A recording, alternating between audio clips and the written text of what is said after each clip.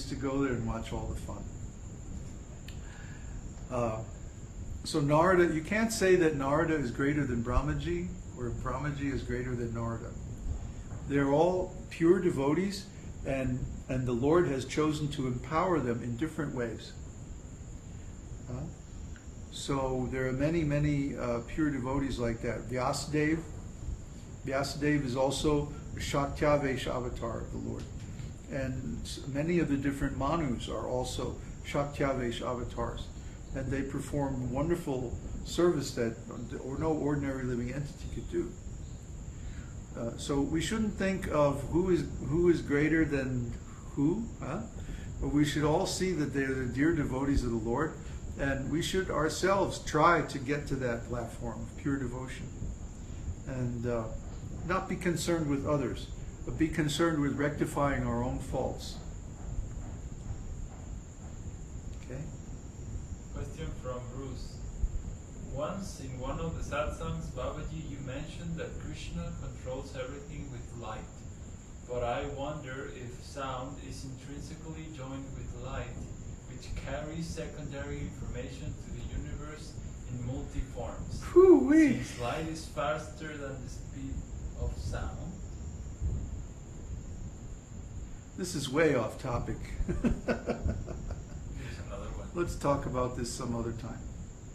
You can post that on the forum. Post that question on the forum and we'll address it. Question from Swati. If in search of our own consciousness and our relationship with Krishna, we have to begin by shutting down our senses and our mind, then why only humans are capable of pursuing this process? Oh, why not other species? That's not true. What about Gajendra? What about Airavata? Elephants. And they both attain self-realization, according to the Vedas. Oh yeah, Hanuman and the other monkeys. They all attain direct association with Lord Ramchandra. Actually, they were demigods who had appeared just to help the Lord in his pastimes. And the bears. And who is that? Jambama. Yeah. So, yeah, there's many instances. What about the tigers that Lord Chaitanya touched in the Jharkhand forest? And then they all started dancing and chanting Hare Krishna and kissing the deer. That's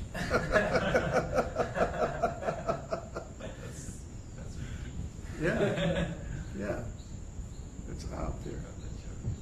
Yeah. The more. What? Question from Laura. Oh, there was one more.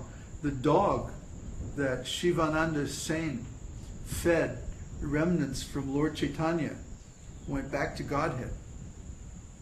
That's mentioned in Chaitanya Charitamrita, that there was the party every year. Shivananda would bring all the devotees from Bengal down to Jagannath Puri to see Lord Chaitanya and to participate in the Puri Cart Festival. And one time, this dog accompanied the party all the way to Jagannath Puri. And every day, of course, they would worship Vishnu with nice kirtan and offer prasadam and distribute to everyone. And Shivananda even distributed this prasadam to the dog. So the dog was taking this prasadam, and of course, many of these parishads, the associates of Lord Chaitanya, were nitya siddhas. So the dog got all kinds of really great association. And then when they got to Jagannath Puri, one of the devotees went ahead and they bought remnants from Lord Chaitanya and distributed them to the whole party, including the dog. And so then the next day, the dog didn't show up. And Shivananda had sent people looking for the dog everywhere because he had become like a member of the party. And then when they saw Lord Chaitanya told him, that dog, he went back to Godhead. Yeah. Dog? And now here's Dog? here's our new devotee. She wants to go back to Godhead. should go home with us. Huh? Okay. Any others? From Laura. The more we chant, the more we become aware of Krishna and our consciousness. Then the less aware of any physical bodily identity we will have. Is this correct?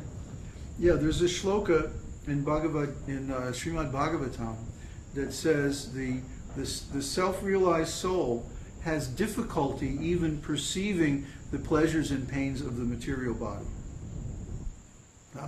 It's like he's so full of Krishna. He's directly conscious of Krishna. So he's so full of that consciousness that it's like there isn't room in his consciousness for all this other stuff. Just like we never consider what's going to be the material result of stuff that we do. We're thinking about the spiritual result. Why do we do this whole project here in the middle of nowhere, Mexico? Because we wanted to make a nice place where the devotees could perform devotional service and make quick advancement. And that was our motivation. We're not thinking, what is the material result or what material benefit is there. We're thinking, let's just get in the car and drive off into the middle of nowhere and find some place, to have a retreat. It's a crazy thing, and materially motivated people would never do anything like that, and they don't do things like that. Instead, they'll settle someplace in a city that's convenient for material activities and so on and so forth, because those are their consideration. But our consideration is different. What's that nice verse you found? The devotee is not dependent on the ordinary course of activities. So like that. We're on a different platform. We're tuned into a different station. Question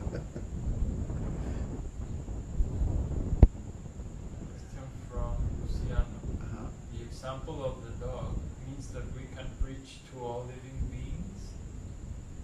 Yes. We can give animals prasadam. We give this Kit Kat prasadam every day. And so she's become so nice, you see. A real devotee, very affectionate. And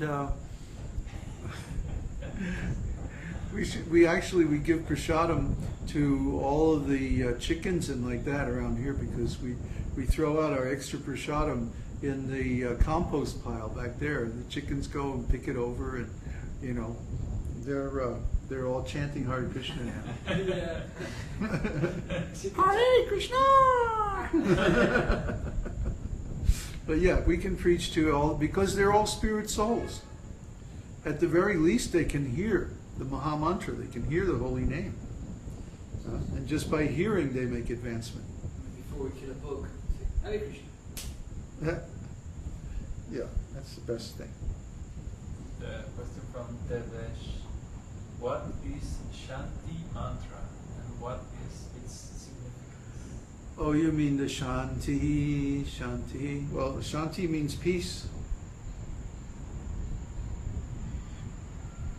And this peace comes from being detached from the material world. When we're in material consciousness, we're always disturbed, because death is coming. And along with death, there's so many other conditions that we have no control over that affect the material body. The material body is the abode of all troubles. All problems are centered on the material body. So as long as we maintain a connection with the material body, there's always going to be some problem. So the real problem is to get out of material consciousness and into spiritual consciousness, and then we can have peace. Without spiritual consciousness, there is no peace.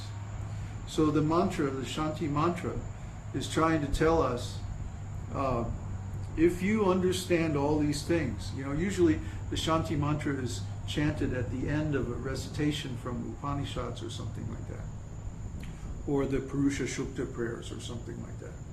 So basically the message is, if you understood what we just said, then you'll have peace. If you don't understand or if you can't realize it, then you won't have peace. So, the sage wants everyone to be peaceful. So he blesses them. Shanti, Shanti, Shanti.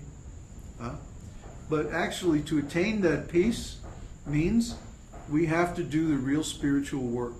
We can't be satisfied with just the external symbol of spirituality. We have to attain the real thing, the real essence, which is consciousness. So you'll hear us address this theme again and again and again, this theme of consciousness, because we are trying to teach Krishna consciousness, not Krishna thinking about itness, or Krishna go out and collect